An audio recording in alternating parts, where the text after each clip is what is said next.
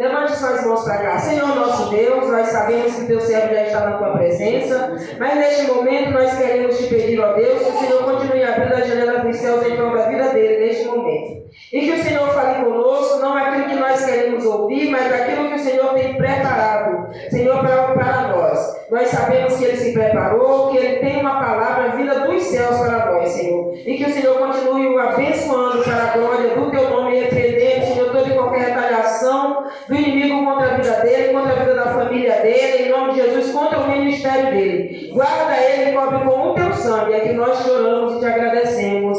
Amém. Glórias a Deus. Amém? Passa o áudio.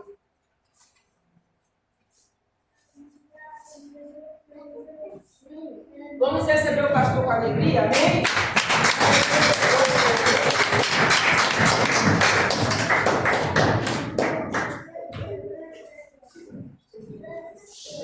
Aleluia. Desejo a todos a paz do Senhor Jesus, amém? Amém. Como a pastora Benedita já disse, eu venho ali da igreja do pastor Antônio, onde sou pastor também. O pastor Antônio é o pastor presidente e trago um abraço dele a todos vocês, amém? Amém. Louvado seja Deus. Para aqueles que não me conhecem, meu nome é Cássio, tá? Nós temos um canal no YouTube chamado Arrependimento para Hoje. Aqueles que puderem depois nos encontrem lá no YouTube, se inscrevam, nos acompanhem por lá. Temos ministrações, participações especiais no canal, uma bênção. Eu gostaria que você abrisse a sua Bíblia no livro do profeta Jeremias, no capítulo de número 29. Nós vamos ler 3 versículos. Os 3 versículos que leremos, deles nós tiraremos o tema desta noite. Amém? Glória a Deus. Capítulo 29, tá?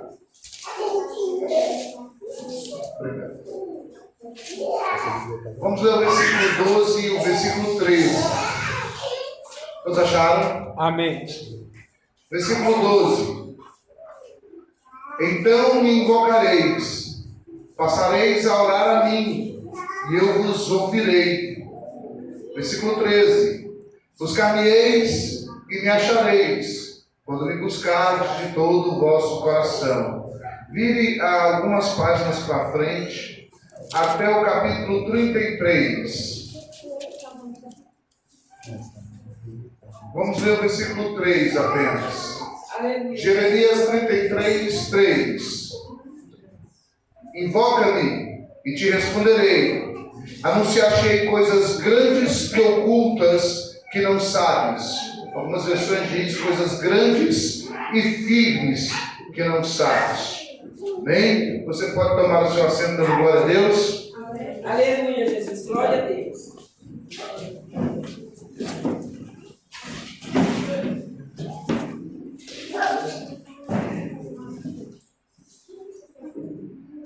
Quando a pastora Benedita nos convidou a ministrar a palavra, ela disse que teria um tema. E o tema é vivendo o impossível na presença de Deus. E bom, você não conhece a minha história, eu te conto um pouquinho. Eu vivi nas ruas durante muitos anos.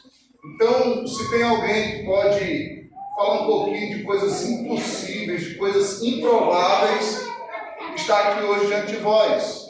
Humildemente eu posso falar porque quando vivia nas ruas, não tinha chão, não tinha família, não tinha apoio, não tinha absolutamente ninguém. E eu vi o agir de Deus em nossa vida, fazendo com que eu chegasse até aqui hoje. Sabe? Se quiser desligar, não, a gente consegue enxergar. Pode desligar. Glória a Deus. Aleluia. Amém? Amém. Então, para falar um pouquinho sobre vivendo o impossível na presença de Deus, nessa noite, eu gostaria que você se atentasse a esses 3 versículos que nós lemos. Desses 3 versículos eu tiro esse tema, vivendo o impossível na presença de Deus, e eu vou falar nesta noite apenas sobre dois dois princípios para viver o impossível na presença de Deus. Amém? Somente isso. Vou falar só sobre dois. Existem muitos mais, mas nesta noite, Deus separou este momento para que a gente esteja nos atentando a estes dois princípios e nada mais. Amém? Amém. Você Glória a Deus. preste bastante atenção que nós vamos começar. Eu gostaria de fazer duas observações logo de cara. Preste atenção que para Deus não existe impossível. Glória a Deus. Tá? E eu posso aplicar isso à sua vida. Não importa quem você seja, de que família seja, em que estado esteja. Aquilo que Deus prometeu para você, Ele é fiel para cumprir e não há para Ele a menor dificuldade dele cumprir aquilo que Ele prometeu. Assim como foi na minha vida. Quando todos olhavam para mim e diziam, esse aí não vai dar em nada, esse aí não chega a lugar nenhum, o próprio Deus entrou com providência. E hoje eu estou aqui para contar muitas histórias para vocês. Então, para Deus não há impossível. Logo, se não há impossíveis para Deus, de que impossíveis de se viver na presença de Deus estamos falando? Nós vamos falar logo daqueles impossíveis para nós.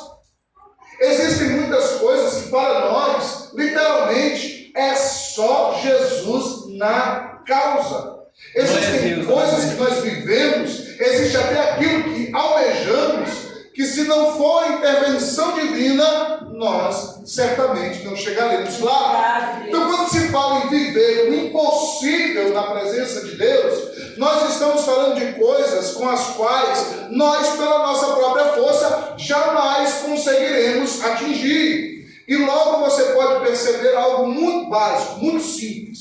A palavra de Deus diz lá em João, capítulo 15, versículo 5, a parte final deste versículo, Jesus declarou abertamente: sem mim nada podeis fazer. Sem Jesus, eu e você não chegaremos a lugar nenhum. Logo, aquele que entregou a vida a Deus, que se relaciona com Deus, percebe que o que eu acabei de dizer é uma lei, é uma regra. Para Deus não é impossível, mas existem coisas que para mim são literalmente improváveis, impossíveis de acontecer. E quando você entrega a vida a Jesus, aí é que a coisa fica estreita, porque você não consegue fazer literalmente absolutamente nada ausente de Cristo. Então, irmãos, já que nós temos isso, e nós lemos esses 3 versículos, e eu quero mostrar esses 2 princípios para você nesta noite, eu gostaria de começar a observar o versículo 13. Ele diz: buscar-me-eis. Permita-me falar um pouco sobre busca. Essa palavra buscar, nesse texto, eu quero trazê-la na aplicação para as nossas vidas da seguinte forma. Essa palavra tem a ver com as nossas afeições. Quem aqui sabe o que são as afeições que temos? Se você não sabe, eu explico para você. Afeição é aquilo que nós temos apreço. Afeição é aquilo que nós valorizamos. As nossas afeições, elas dizem respeito a tudo aquilo que nós dizemos, vale a pena lutar por isso. Quando eu falo afeições, é aquilo que nos apegamos, é aquilo que nós valorizamos. Nós temos muitas afeições no nosso coração. E o coração de cada um de nós é literalmente o âmago, o centro de todas as afeições humanas. Nós nos apegamos a muitas coisas. Nós amamos muitas coisas. Quando eu falo de afeições, eu falo daquilo que nós amamos. Aquilo ou alguém. Você pode amar uma coisa, mas você pode amar alguém também.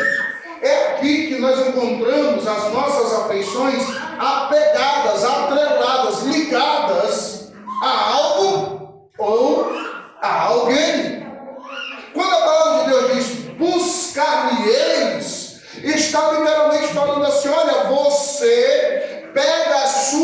afeições e liga elas a mim. É isso que ele está dizendo para todos nós. É isso que significa essa palavra para os israelitas. E também é isso que significa essa palavra para nós hoje. As nossas afeições. Quando liga isso ao coração, buscar-me-eis de todo o vosso coração, o coração é óbvio, é o centro, é a saída da vida. Nós vamos ler um texto daqui a pouco que fala sobre isso. O coração é o centro de todas as afeições, de todos os apegos que nós temos na vida. Então o que Deus está dizendo para mim e para você é: pega todo o seu apreço, tudo aquilo que você se afeiçoa, tudo aquilo que você valoriza, tudo aquilo que você estima, tudo aquilo que você tem e diz que tem valor, aquilo pelo qual você diz isso vale a pena lutar. Você pega todo esse poder de se apegar e se apegue a Deus. Amém. Glória a Deus. Mas olha só, quando nós juntamos as afeições e o coração, se estabelece um princípio muito básico, muito simples. Se as nossas afeições não estiverem literalmente focadas exclusivamente na pessoa do Senhor, em Cristo Jesus, o nosso caminhar com o Senhor fracassará. Se isso não for observado, será quebrado um princípio. E quando você quebra um princípio de Deus, você se quebra no processo. Muitas vezes a gente vai em alguns lugares onde nós percebemos a vida de alguns literalmente cabeça para baixo. 5 minutos de conversa com tal pessoa revela que ela quebrou os princípios de Deus. E normalmente nós encontramos pessoas extremamente quebradas por o caminho, porque não observou alguns princípios elementares. E nós estamos tratando de um aqui que é fundamental. Uma criança na fé, um recém-convertido, logo é ensinado sobre isso. Não adianta ter 30 anos de igreja como eu tenho e não ter o coração totalmente voltado para o Senhor. Cedo ou tarde a gente se frustra, se quebra, cedo ou tarde a gente enfraquece, e é esta a razão pela qual nós temos muitas pessoas frias, desviadas dentro e fora da igreja. Tem gente dentro da igreja que está desviada da verdade, tem gente dentro da igreja que está desviada do Senhor, e tem gente que já nem está mais entre nós. Por quê? Porque o coração dela, o centro das afeições, não está obedecendo a este princípio. O coração deve pegar todas as afeições que há nele e focar em Deus. Glória a Deus. Eu não estou dizendo que você não possa amar outras coisas, mas olha bem, este é um princípio. Deixa eu fazer uma observação antes de explicar um pouco mais sobre isso. É possível, irmãos, a alguém experimentar um milagre, o impossível de Deus, de forma esporádica, de vez em quando. É possível, mesmo que a pessoa não tenha o seu coração totalmente voltado para Deus, às vezes a graça de Deus alcança tais pessoas, porque a graça de Deus é muito abundante. Agora, se nós queremos viver um estilo de vida onde se vive constantemente aquilo que nós denominamos como o impossível de Deus, é claro que todas as nossas afeições, todo o nosso coração deve estar voltado para Deus. Senão, nós não podemos atingir tal coisa. Amados irmãos, para viver o impossível na presença de Deus, para termos isso como estilo de vida, não deve haver dentro de nós outros amores competindo com o amor de Deus. Não deve haver dentro de nós outras afeições competindo com a afeição suprema que devemos ter a Deus. Glória a Deus. Deus deve ser aquele que nós estimamos, aquele que nós valorizamos, aquele que é a nossa prioridade, acima de tudo e de todos. Irmãos, existem, por exemplo, amor por time de futebol? Existe. As pessoas amam time de futebol. E eu não estou dizendo aqui, que fique bem claro, eu não vim aqui pregar doutrina. Eu não estou dizendo aqui que você está errado, mas também não estou dizendo que você está certo. Mas, biblicamente, eu posso dizer que se você ama o futebol, ama um time de futebol, certamente você dará conta a Deus desse amor. Se uma pessoa, por exemplo, ama a religião de seus pais, a religião que ele herdou por tradição, ele prestará contas a Deus deste amor. Muitas pessoas na nossa sociedade ou são de uma determinada religião, ou às vezes estão até entre nós, porque herdaram de seus pais aquilo. Já ouviu falar que filho de crente não é crente? É verdade. Filho de pastor não é pastor. Filho de crente não é crente. Muitas vezes a pessoa ama tudo aquilo, mas ela ainda não ama o Senhor. Ela ama aquilo acima do Senhor por causa dos seus pais. Porque ela cresceu naquela ambiência. Mas ela ainda não teve uma experiência vívida com Deus. Existe, por exemplo, amor aos políticos. Isso está bem claro nos dias atuais, né? Meu político de estimação.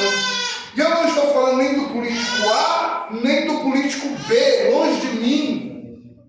Eu não estou falando disso. Eu estou falando que algumas pessoas nos dias atuais amam muito mais o seu político de estimação do que o próprio Deus. Isso está acontecendo.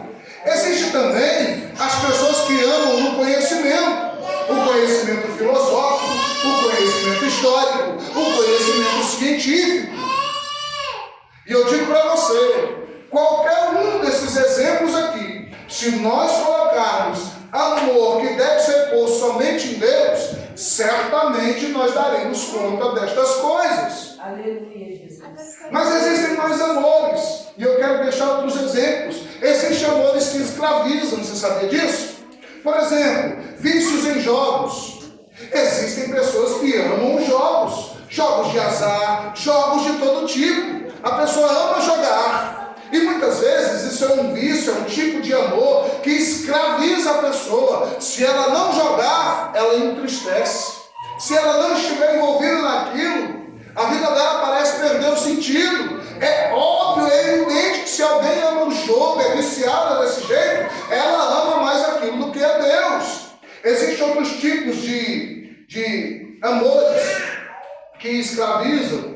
Por exemplo, uma pessoa pode amar não só o jogo, mas a pornografia. E às vezes está até entre nós. A pornografia é um vício escravizante, destruidor. E a pessoa ama tanto aquilo e diz que não, que coloca aquilo diante de Deus e coloca aquilo acima de Deus. E é um amor tão escravizante que ela não consegue se libertar se não confessar, se não buscar o Senhor. Existe também o amor ao álcool, às drogas, ao cigarro. São amores escravizantes, debilitantes, destruidores de vida. E pasmem, existem pessoas que amam tais coisas. São péssimas coisas para se amar, não é verdade? Não se deve amar os vícios, não se deve amar a pornografia, não se deve amar o álcool, as drogas, o cigarro. Mas muitas pessoas nos dias atuais amam muito mais estas coisas do que a Deus. Permita-me dar mais um exemplo. Existem amores que são extravagantes. Hoje a moda é ostentar. A pessoa ostenta emprego, a pessoa ostenta casa, a pessoa ostenta carro, a pessoa ostenta roupas, a pessoa ostenta lugares pomposos, lugares luxuosos.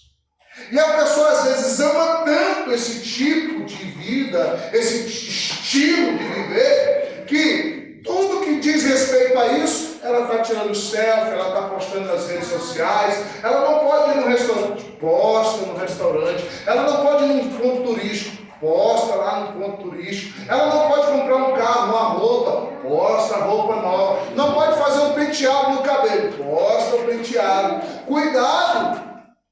Muito cuidado. Tudo é vaidade, é verdade. Temos que ter muito cuidado. O estilo de vida de ostentação é mundano. O estilo de vida do cristão é humilde.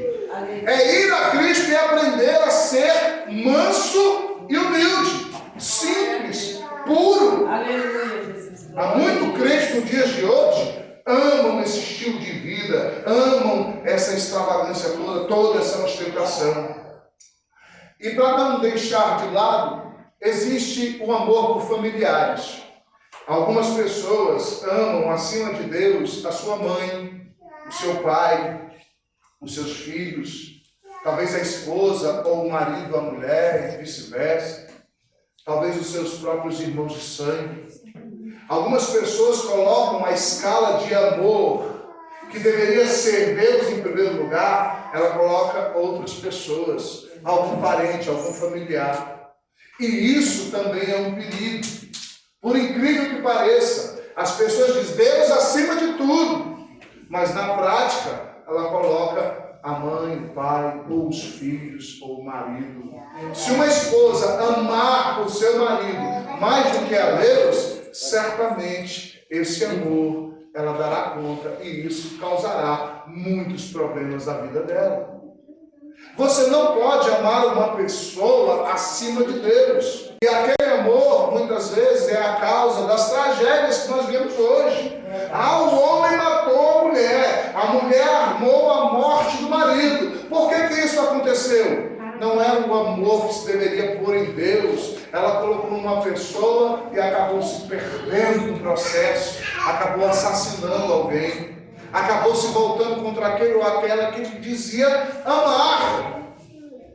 Veja o caso das drogas. É inúmeros os casos de filhos que por causa do amor a esse vício escravizante, a pessoa entra dentro da própria casa e assassina os seus pais.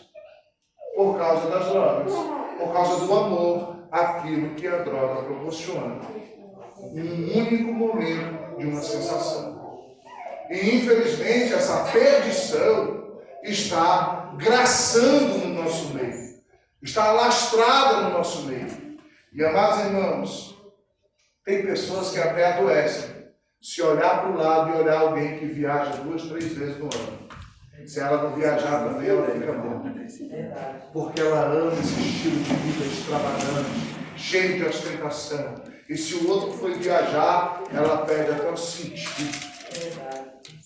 Porque ela gostaria de estar no lugar da outra.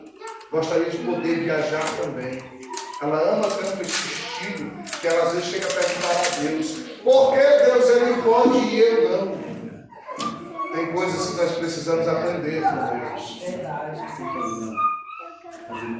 Nós amamos a Deus acima de todas as coisas. Nós somos direcionados e dirigidos por Deus. Quando for para viajar, nós simplesmente aproveitaremos isso.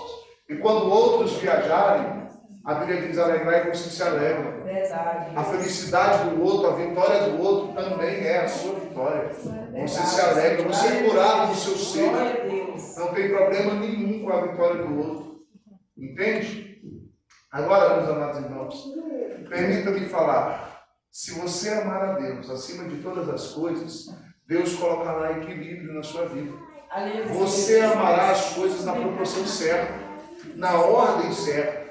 Você vai saber amar seu pai, sua mãe, seus filhos, sua esposa. Você vai saber guardar as coisas na proporção certa, sem colocar nada, absolutamente nada acima do Senhor. Agora, irmãos, quando o assunto é o coração da gente, a Bíblia trata esse assunto com uma seriedade acima de todas as coisas. Quer ver? Preste atenção. Provérbios 4, versículo 23. O que está escrito lá? Normalmente a gente sabe de cor, né? Sobre tudo que se deve guardar, guarda o teu coração, porque dele procede as fontes ou as saídas da vida. Está vendo? Quando o assunto é o coração, a Bíblia coloca a coisa em primeiro lugar, coloca como prioridade. Por quê? Porque dentro do nosso coração, irmão, alguma coisa pode reinar fácil, acima de Deus. Um querer pode entrar em nós e encontrar-se com as nossas afeições e entrelaçar-se de maneira tal que a gente chega a dizer assim: olha, Deus me fez assim, Deus sabe que eu amo isso demais. Mas isso é uma mentira diabólica. Para amar alguma coisa, para acreditar numa ideia ou até mesmo uma ideologia acima de Deus. Isso é uma armadilha. É por isso que a Bíblia fala: guarda o teu coração, sobre tudo que se deve guardar, guarda o teu coração. Mas aonde você deve guardar o teu coração? Você deve guardar o teu coração no Senhor. Você deve guardar o seu coração em Cristo Jesus. Tá? Quando o assunto é o coração, a gente precisa entender os perigos do coração. Jeremias capítulo 17, versículo 9. Está escrito lá. A gente normalmente também conhece esse endereço de cor. Enganoso é o coração mais do que todas as coisas, e desesperadamente corrupto, quem o conhecerá? Veja como a Bíblia descreve o nosso coração, como aquilo que há de mais enganoso. Lembro-me de Deus usar nesta noite a pastora dizendo que o nosso maior inimigo somos nós mesmos. É o nosso ego, é o nosso eu. Está extremamente atrelado ao nosso coração, que pode com facilidade nos enganar. É por isso que esta noite Deus me trouxe aqui para alertar você: guarde o seu coração no Senhor, porque Ele é a coisa mais enganosa. Você pode se apegar a alguma coisa, você pode se afeiçoar a algo, pode ser até uma ideia, e isso te levar a uma condenação eterna, a uma perdição eterna. Para não deixar você menos assustado, eu gostaria que você entendesse o que Jesus disse sobre a produção comum, natural do coração. Essa eu vou abrir e ler, porque Jesus disse algo muito grave a respeito do nosso coração em Mateus capítulo 15. Mateus 15, versículo 19. Deixa eu ler para você, porque você vai entender o que Jesus diz que o coração produz naturalmente e não precisa de espírito maligno para isso não. Preste atenção no que Jesus falou. Porque do coração procedem maus desígnios, homicídios, adultérios, prostituição, furtos, falsos testemunhos, blasfêmias. E são estas as coisas que contaminam o homem. Não é o que entra no homem que contamina o homem, mas o que sai dele.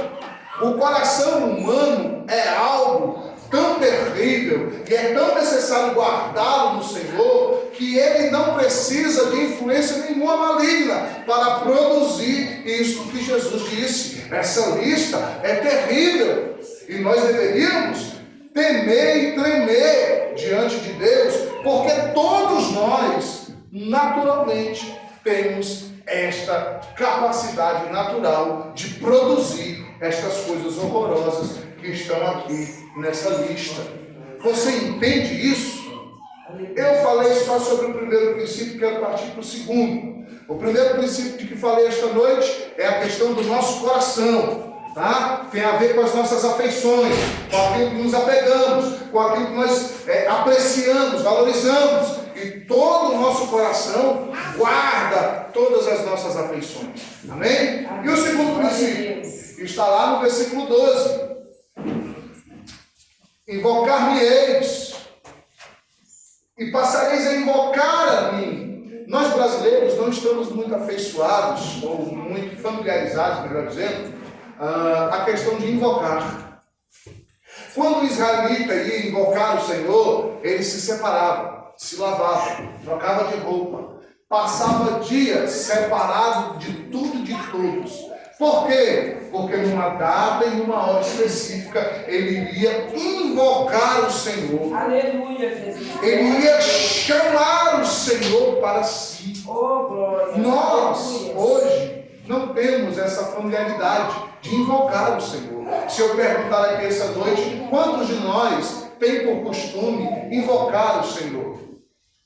Uma pessoa que mexe com obras das trevas sabe muito bem do que eu estou falando, porque ela invoca espíritos malignos, ela nos chama para junto de si, e às vezes até dentro do seu próprio coração. Mas nós perdemos isso de vista e não fazemos ideia de como se deve invocar ao Senhor. Aleluia. Nós estamos muito mais familiarizados com a segunda parte do versículo, onde ele diz: e passareis a orar a mim. Aí a gente está mais familiarizado, né? Porque é mais comum nós orarmos. Mas a questão de invocar o Senhor, a gente se perde. Tá? E quando ele fala, deixa eu falar um pouco sobre oração, sobre essa questão de orar. Passareis a orar a mim. É uma questão de relacionamento. Literalmente. Quando você invoca o Senhor e começa a falar com o Senhor, a orar a mim, como diz o texto, você passa a se relacionar com o Senhor. Agora, esta relação precisa ter uma qualidade. Uma só. Qual é? Pureza. Não se pode se relacionar com o Senhor com segundas intenções.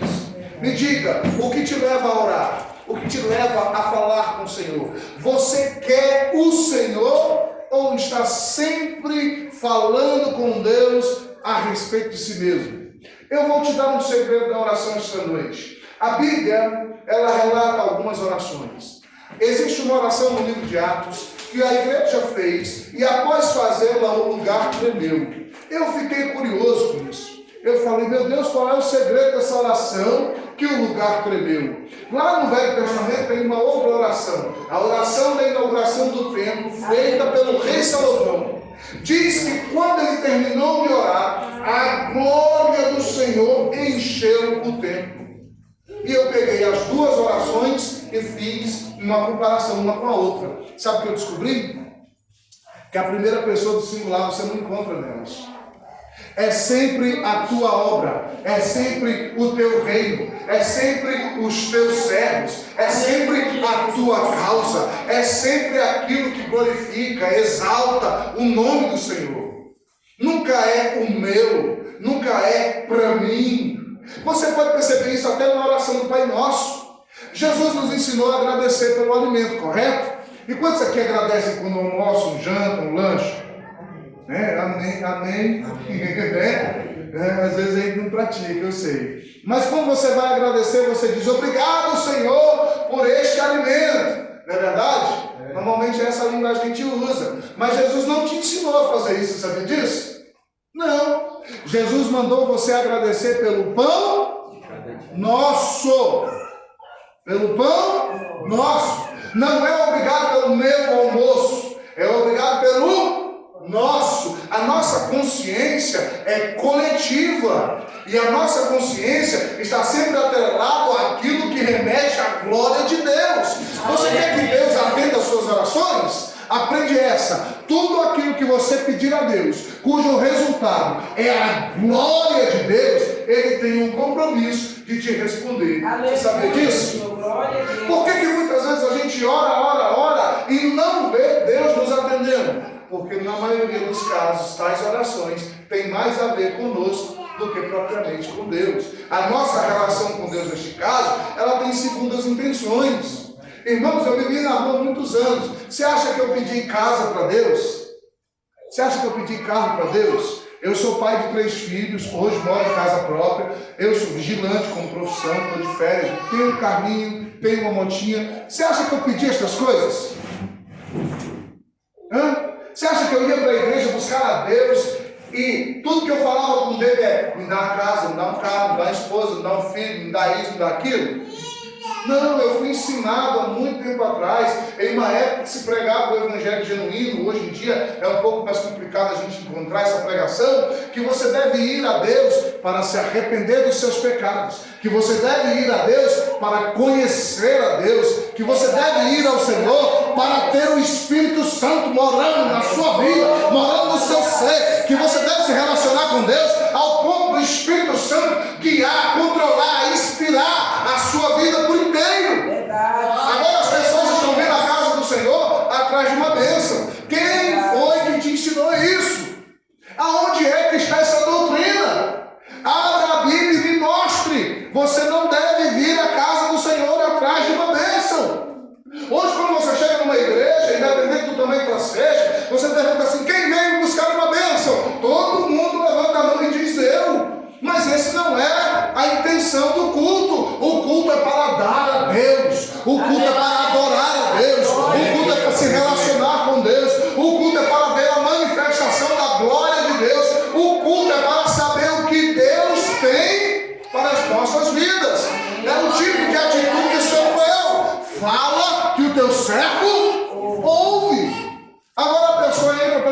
portas e ela quer a chave. Ela quer aquilo que os ouvidos dela desejam. Eu quero que Deus hoje use o servo dele me dê uma revelação. Senhor, o Senhor vai abrir a porta de emprego? Não vai. Senhor, o Senhor vai realizar este sonho da minha vida? Não vai. Ei, quem serve quem? Eita Deus, aleluia. Quem serve quem? Nós precisamos voltar ao tempo em que nós íamos para a igreja para servir a Deus, dando Ele bênçãos ou não. Nós não nos relacionamos com Deus atrás daquilo que Ele dá. Agora, deixa eu te contar uma verdade. Quando você se relaciona com Deus da maneira correta, Ele dá, Ele enche você de bênçãos. Verdade, Senhor, aleluia. Prova isso biblicamente, pastor. Abraão, o pai da fé, se relacionava com Deus por amor. Ele ouviu a voz do Senhor, creu e passou a se relacionar com Deus. E tudo que ele queria era Deus. Porque tudo que ele queria era Deus, Deus podia encher Abraão dos maiores tesouros da terra. O coração de Abraão jamais estaria nos tesouros. Verdade. Porque o coração dele tinha dono. O coração dele pertencia ao Senhor. Glória a Deus. Isso é o segredo da prosperidade. As pessoas hoje querem ser prósperas, financeiramente falando. É antibíblico? Não! É bíblico. Você pode ser próspero financeiramente, mas o segredo é o coração. Não está nas riquezas, e sim no Deus Todo-Poderoso. Ele vai poder abençoar você com inúmeras riquezas e seu coração jamais estará nelas. Você servirá a Deus e será literalmente o tipo de pessoa que é remédio na vida dos outros, socorro de Deus na vida de alguém, porque Deus vai te encher de condições para isso. Agora, enquanto a gente estiver vindo com uma mentalidade completamente oposta a isso que eu estou dizendo, a gente fica de campanha em campanha, de oração em oração, de culto em culto, e às vezes não vê esse agir de Deus, porque Deus quer agir assim, e você fica, meu Deus, por que o Senhor ainda não abriu a porta? Porque o teu coração está na porta, não em Deus. Eita Deus, glória a Deus, glória a Deus, glória a Deus. Você está entendendo isso essa noite? Amém. É um princípio. O seu coração deve estar em Deus. Você deve invocar o Senhor, falar com o Senhor. E qual é a promessa do Senhor nesse versículo? Eu te ouvirei. Quando nós chegamos no versículo 33, do versículo 3 do capítulo 33 de Jeremias, ele repete: invoca-me e respondeste-ei. Glória a Deus. Anunciar-te coisas grandes e ocultas, ou coisas grandes e firmes que tu não sabes. Então, os segredos de Deus está à nossa disposição. Para que a gente viva o impossível de Deus, o segredo é bem simples. Pega o teu coração com todas as tuas afeições e coloca no Senhor. O que mais você ama? Sabia que tem gente que ama um celular nos dias atuais? E que se ficar sem ele uma semana adoece? Pega esta afeição que você tem no aparelho telefônico, coloca em Deus. Literalmente. Confronte esse amor que você tem por algo ou por alguma coisa com o amor que você deve sentir por Deus. Aleluia. E quando você confrontar, você diz: a partir de hoje eu não amo mais isso aqui, eu vivo sem isso aqui, eu não vivo sem amar o meu Deus. Aleluia. É essa atitude que nós temos que ter. É esse o tipo de compromisso que nós temos que ter. Deixa eu profetizar algo para vocês nesta noite. Se vocês aprenderem esta lição esta noite, eu posso profetizar sem sombra de dúvida que este lugar não caberá às pessoas. Amém. Glória a Deus. Este lugar não caberá à multidão que virá para cá. Porque aqui vai se encontrar um povo cujo coração é completamente dele, cujas afeições são todas centradas nele. São pessoas que o invocam, são pessoas que se relacionam com ele, são pessoas que clamam a ele, chamam a ele, de forma tal que nada mais na vida delas é importante. E isso faz com que as pessoas cresçam o olho. A presença de Deus em ambientes assim se manifesta.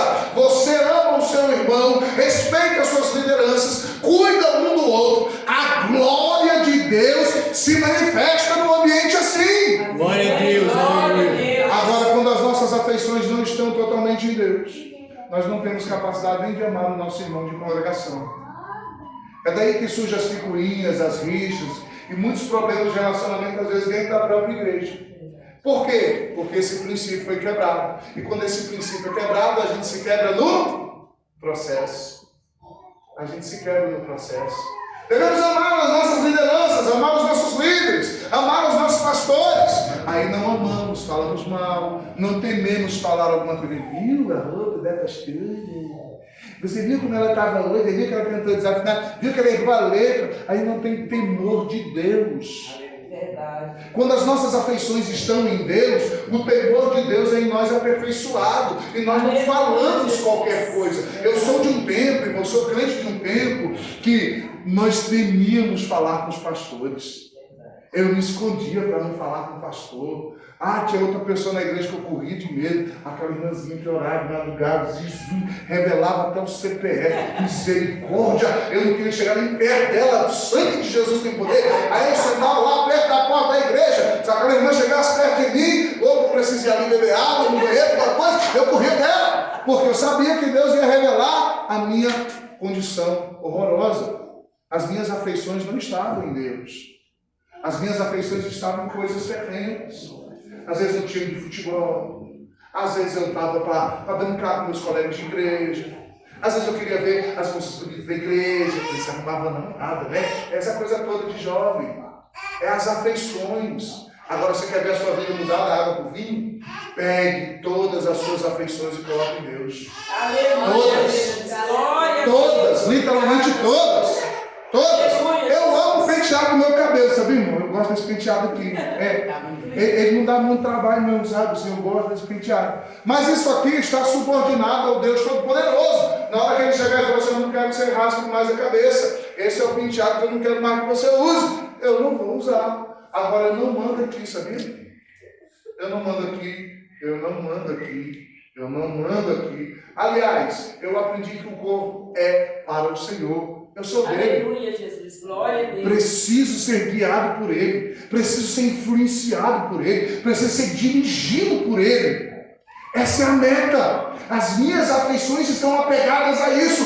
Como é que eu me inspiro no Senhor? Como é que o Senhor me inspira? Como é que o Senhor me direciona os passos? Como é que o Senhor controla os meus olhos? Como é que o Senhor vai controlar a minha língua? Como é que o Senhor vai controlar meus pensamentos? Como é que o Senhor vai controlar meu coração? Aleluia. As minhas afeições estão apegadas a isto. Porque isso é coisa eterna. O resto é passageiro. Aqui na terra tudo passa. E passa rápido. Eu não quero perder o eterno por uma coisa passageira. Por uma coisa que se corrompe. Por uma coisa que com o uso se destrói. É essa mensagem que tem que entrar no coração do jovem. É essa mensagem que tem que entrar no seu coração, meu irmão. Aleluia. Deus não está preocupado com quem canta bonito, quem prega bonito. Deus está preocupado com nada disso. Deus quer corações rendidos a Ele. Aleluia. É isso que o Senhor quer. Aleluia. Agora eu quero que você feche seus olhos. Oh, glória. Já que você entendeu essa reflexão, essa mensagem de reflexão para a sua vida. A pergunta que eu te faço agora é: onde está teu coração? Cadê as tuas afeições? Ao que você é apegado? Você é apegado à estética, à aparência do seu corpo? Você é apegado ao emprego? Você é apegado à sua família? Ao que o teu coração se prende? O que é que o teu coração valoriza?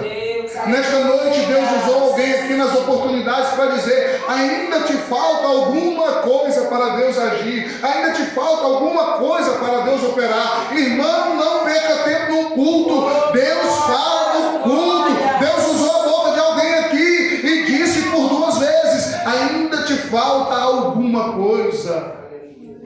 Deus usa os seus servos, não importa se sabe falar bonito, não importa se é teólogo, não importa a oratória, não importa nada disso. O que importa para o Senhor é coração rendido, é as afeições voltadas para Deus, é a sua devoção ao Senhor. É isso que o Senhor procura de nós. E quando Ele encontra, Ele faz de você um instrumento para a glória dele. Aleluia, Jesus.